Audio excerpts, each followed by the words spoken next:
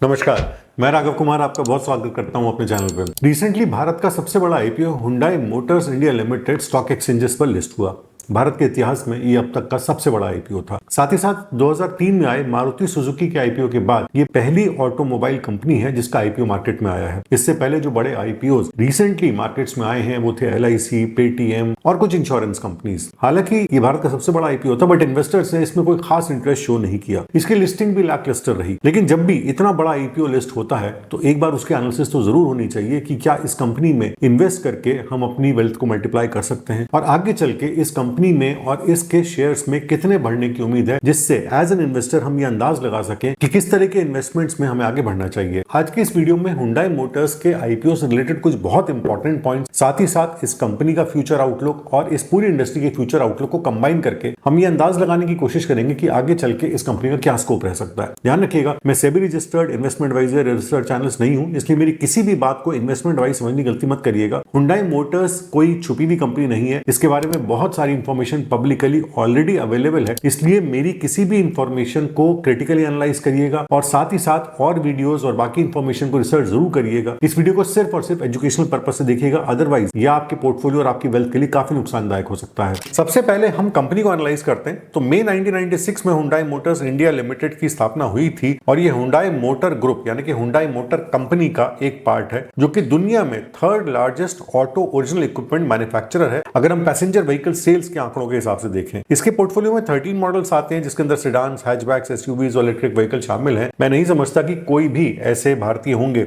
जिन्हें हुंडई के कारों के मॉडल्स के बारे में ज्यादा जानकारी ना हो। ये की एक्सपोर्टर हैं और भारत में सेकंड नंबर पे आते हैं। अप्रैल 2021 से लेकर जून 2024 तक इन्होंने करीब 12 मिलियन व्हीकल्स डोमेस्टिकली और इंटरनेशनली सेल करे हैं जब से इस कंपनी की स्थापना हुई है। 1377 सेल्स आउटलेट्स हैं, 1561 सर्विस आउटलेट्स हैं पूरे भारत में और 957 शहरों को और टाउन्स को कवर करते हैं। और भारत में अगर सर्विस नेटवर्क की बात करी जाए तो ऑटोमोबाइल इंडस्ट्री में इनका सेकंड लार्जेस्ट सर्विस नेटवर्क है मारुति के बाद। हुंडई मोटर्स इंडिया अपनी प्रेजेंस एक्सपैंड कर रहे हैं इलेक्ट्रिक व्हीकल मार्केट में और शायद आप जानते भी होंगे कि आयोनिक 5 जैसे कुछ इलेक्ट्रिक व्हीकल्स को लॉन्च कर रहे हैं और आगे चल के और भी इलेक्ट्रिक व्हीकल्स की कंपनी लॉन्च करना चाहती है। हुंडई मोटर्स अपनी ईवी सप्लाई चेन और मैन्युफैक्चरिंग कैपेबिलिटीज को डेवलप कर रहे हैं और इन्होंने बैटरी असेंबली प्लांट में काफी पैसा भी इन्वेस्ट करा है, जिसकी प्रोडक्शन कैपेसिटी करीब 75,000 बैटरी पैक्स होगी एनुअली जब फर्स्ट फेज इसका शुरू होगा 2025 में। इनकी 2 मैन्युफैक्चरिंग फैसिलिटीज हैं चेन्नई में, और खास बात यह कि भारत के चेन्नई में जो इनका प्लांट है वो कोरिया से बाहर, जहां से ओरिजिनली कंपनी बिलोंग करती है, वो लार्जेस्ट प्लांट है पूरी दुनिया में। इसकी capacity 8,24,000 units per year manufacturing की है। हुंडई एक्सपैंड कर रहे हैं, अपनी कैपेसिटीज को और बढ़ाना चाहते हैं और तालेगांव में एक नया प्लांट भी लगा रहे हैं जिसकी 2026 तक ऑपरेशनल होने की पॉसिबिलिटीज हैं।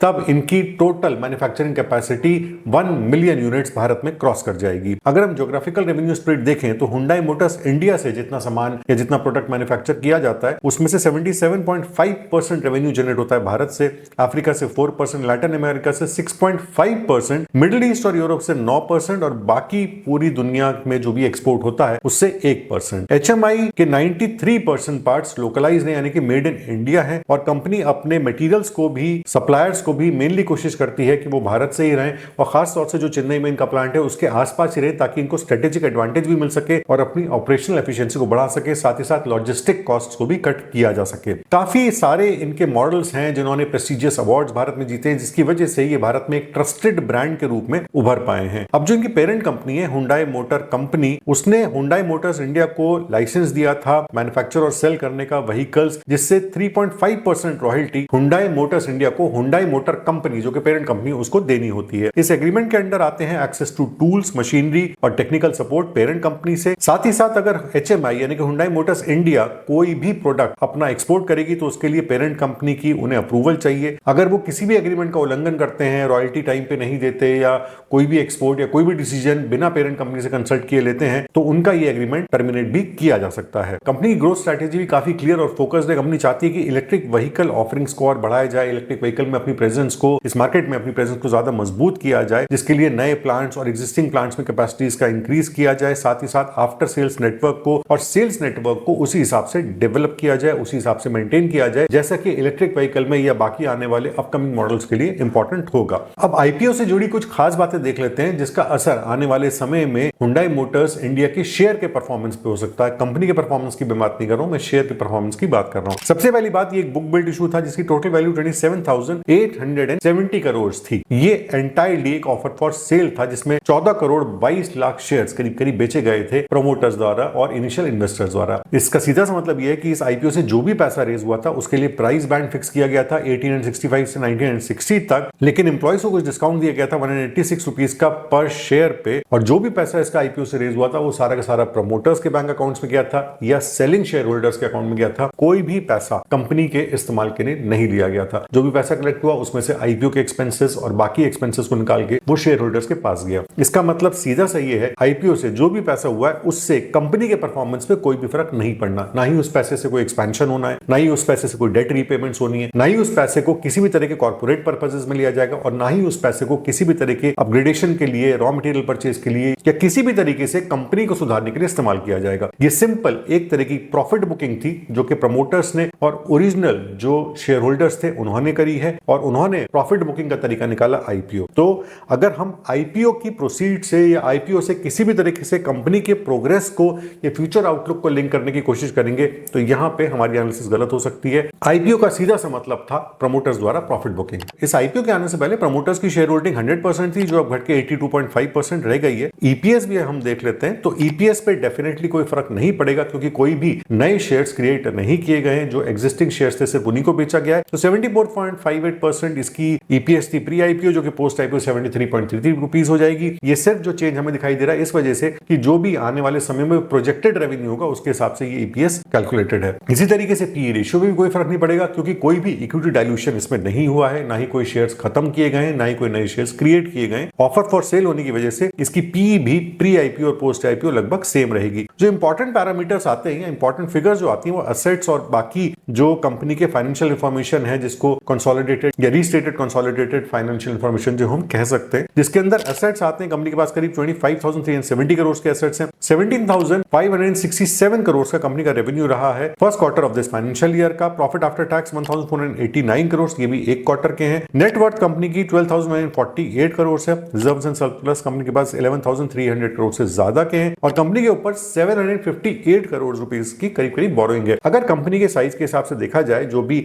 इस कंपनी के अपर रेंज ऑफ प्राइस बैंड पे प्राइस फिक्स की गई थी तो करीब 1.5 लाख करोड़ की मार्केट कैप इस कंपनी की टारगेट की गई थी। ऑलमोस्ट 1,60,000 करोड़ रुपीस की मार्केट कैप टारगेट की गई थी जो कि अचीव हुई है क्योंकि आईपीओ पूरी तरीके से सब्सक्राइब हुआ था। तो वहां से अगर देखा जाए तो डेट टू इक्विटी रेशियो बहुत ही कम है, कंपनी के ऊपर नेग्लिजिबल डेट है कंपनी के साइज के हिसाब से। अब हम एक आउटलुक लेते हैं ओवरऑल इंडियन और ग्लोबल पैसेंजर व्हीकल मार्केट का, क्योंकि सबसे पहले हमने देखा हुंडई मोटर्स इंडिया के बारे में, उसके बाद हमने आईपीओ को समझने की कोशिश करी कि आईपीओ से उस समय और आईपीओ के बाद क्या फर्क कंपनी के ऊपर या क्या इफेक्ट कंपनी के ऊपर आ सकता है। थर्ड स्टेज में हमें यह समझना जरूरी है कि डोमेस्टिकली और ग्लोबली पैसेंजर व्हीकल मार्केट किस तरीके से पोजीशनड है और किस तरीके से पॉइज्ड है आगे जाके ग्रो करने के लिए। तो सबसे पहली बात यह कि इंडियन पैसेंजर कार मार्केट की वैल्यूएशन 2021 में करीब $32.7 बिलियन थी और 2027 तक ये करीब 9% के सीएजीआर से ग्रो करेगा और इसकी वैल्यूएशन $54.84 बिलियन होने की उम्मीद है। अगर हम ग्लोबल इलेक्ट्रिक व्हीकल मार्केट की बात करें तो अप्रोक्सीमेटली $250 बिलियन थी 2021 में। 2028 तक 5 टाइम्स बढ़ के $1,318 बिलियन पे ये मार्केट पहुंचेगा। ये बात थी ग्लोबल इलेक्ट्रिक व्हीकल मार्केट की। अगर हम इंडियन सिनेरियो में इस बात करें तो इंडियन इलेक्ट्रिक व्हीकल मार्केट करीब करीब $7.09 बिलियन हो जाएगा 2025 तक, यानी कि 50,000 करोड़ से भी ज्यादा हो जाएगा। एक स्टडी है सेंटर फॉर एनर्जी फाइनेंस की तरफ से जिसने अंदाजा लगाया कि भारत 2030 तक करीब $206 बिलियन अपॉर्चुनिटी बन जाएगा सिर्फ अगर इलेक्ट्रिक व्हीकल्स की बात की जाए। इसकी वजह से करीब $180 बिलियन के इन्वेस्टमेंट की जरूरत पड़ेगी इस मार्केट को ग्रो और सस्टेन करने के लिए। नीति आयोग की तरफ से और रॉकी माउंटेन इंस्टीट्यूट की तरफ से भी जो भारतीय इलेक्ट्रिक व्हीकल फाइनेंस इंडस्ट्री के बारे में कैलकुलेशंस की गई हैं तो उसमें भी यही अंदाजा है कि 2030 तक करीब $50 बिलियन यानी कि 3.7 लाख करोड़ रुपीस पे Indian electric vehicle finance industry पहुंच जाएगी। इस चार्ट में आप देख सकते हैं कि किस तरीके से प्रोडक्शन रहा है ऑटोमोबाइल्स का 2017 से 2025 तक करंट फाइनेंशियल ईयर जो समय चल रहा है उसमें किस तरीके से ऑटोमोबाइल्स का प्रोडक्शन रहा है। साथ ही साथ इंडिया एनर्जी स्टोरेज अलायंस की एक रिपोर्ट को अगर माना जाए तो उनका ये मानना है कि 2026 तक इंडिया में इलेक्ट्रिक व्हीकल मार्केट 36% के सीएजीआर से ग्रो करेगा। साथ ही साथ ईवी बैटरी मार्केट भी 30% सीएजीआर से इसी पीरियड में ग्रो करेगा। तो अगर हम हुंडई मोटर्स इंडिया की बात करें तो अपने आप को aggressively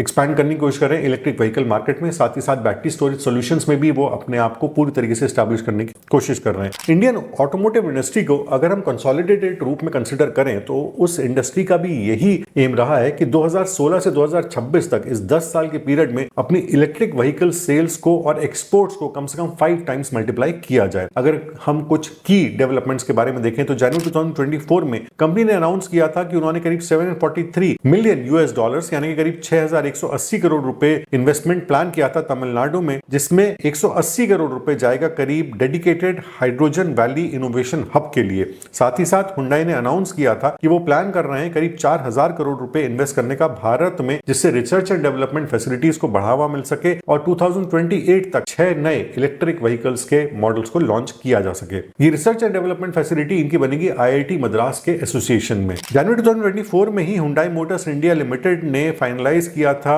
acquisition and transfer of specified assets of general Motors Maharashtra में, जो कि सिचुएटेड है। साथ ही साथ उन्होंने महाराष्ट्र गवर्नमेंट के साथ एक एमओयू भी साइन किया था जिसमें उन्होंने कमिट किया था कि वो महाराष्ट्र स्टेट में करीब 6000 करोड़ रुपए की इन्वेस्टमेंट भी करेंगे। मार्च 2022 में हुंडई ने यह भी अनाउंस किया था कि वो 2030 तक करीब 79.2 बिलियन यूएस डॉलर्स इन्वेस्ट करेंगे, जिससे इलेक्ट्रिक व्हीकल्स में मेजरली रिसर्च को बढ़ावा मिल सके। अब अगर हम 3 फैक्टर्स को कंसीडर करें, सबसे पहला फैक्टर है हुंडई मोटर्स इंडिया की अपनी जो भी ग्रोथ प्रोजेक्शंस है, दूसरी तरफ आता है हुंडई मोटर्स इंडिया के आईपीओ से रिलेटेड जो भी बस थी, और तीसरा फैक्टर आता है ग्लोबल और डोमेस्टिक ऑटोमोटिव इंडस्ट्री किस तरीके से आगे बढ़ेगी। इसमें एक बहुत इंपॉर्टेंट रोल आएगा इलेक्ट्रिक व्हीकल्स का। इलेक्ट्रिक व्हीकल्स जिस तरीके से हमारे देश में और ग्लोबली बढ़ेंगे तो वहां से हुंडई मोटर्स इंडिया के लिए domestically as well as exports दोनों में ही काफी बड़ी अपॉर्चुनिटीज क्रिएट हो सकती हैं। हुंडई मोटर्स इंडिया की प्रोग्रेस को देखने के 2 नजरिए हो सकते हैं। सबसे पहला, इसे एक लार्ज कैप कंपनी की तरह देखा जा सकता है। इतनी बड़ी मार्केट कैप पे अगर ये एक 10 to 15% की डिसेंट ग्रोथ देती है तो मेरे ख्याल से वो काफी कमेंडेबल होगा। लेकिन अगर हम इसे एक मल्टी बैगर की तरह से एनालाइज करने की कोशिश करें तो डेफिनेटली ऑटोमोटिव इंडस्ट्री के सामने जो चैलेंजेस रहते हैं और जिस तरीके से इसकी ग्रोथ होती है, चाहे वो इंडिया की बात हो या अब्रॉड यानी कि ग्लोबल मार्केट्स की बात करी जाए, तो ये एनालिसिस एक पूरी तरीके से डिफरेंट कॉन्सेप्ट अपना लेगी। इसमें कोई शक नहीं कि हुंडई मोटर्स इंडिया के ऊपर डेट्स बहुत कम है, काफी बड़ा बिजनेस वो करते हैं और ग्लोबली भी 3rd लार्जेस्ट कंपनी है वो पैसेंजर व्हीकल्स की, और ये कंपनी ग्रो भी करती रहेगी। कंपनी ज्यादातर जो भी अच्छा काम करती है सब ग्रो करती हैं, लेकिन जो कंपनी ज्यादा अच्छा या ज्यादा फास्ट रेट ऑफ ग्रोथ रख सकती हैं इन्वेस्टर्स के लिए वही बेनिफिशियल होती हैं। मुझे कमेंट्स में जरूर बताइएगा कि आप इस कंपनी के बारे में क्या सोचते हैं। चलने से पहले आपको याद दिलाता हूं कि अगर आप मेरी वर्कशॉप ज्वाइन करके रियल टाइम मार्केट्स में मल्टी बैगर स्टॉक सिलेक्शन सीखना चाहते हैं तो मेरी वर्कशॉप का लिंक नीचे डिस्क्रिप्शन में है। आज की वीडियो में बस इतना ही। अगली बार फिर मिलेंगे किसी नई इंफॉर्मेशन के साथ। जय हिंद।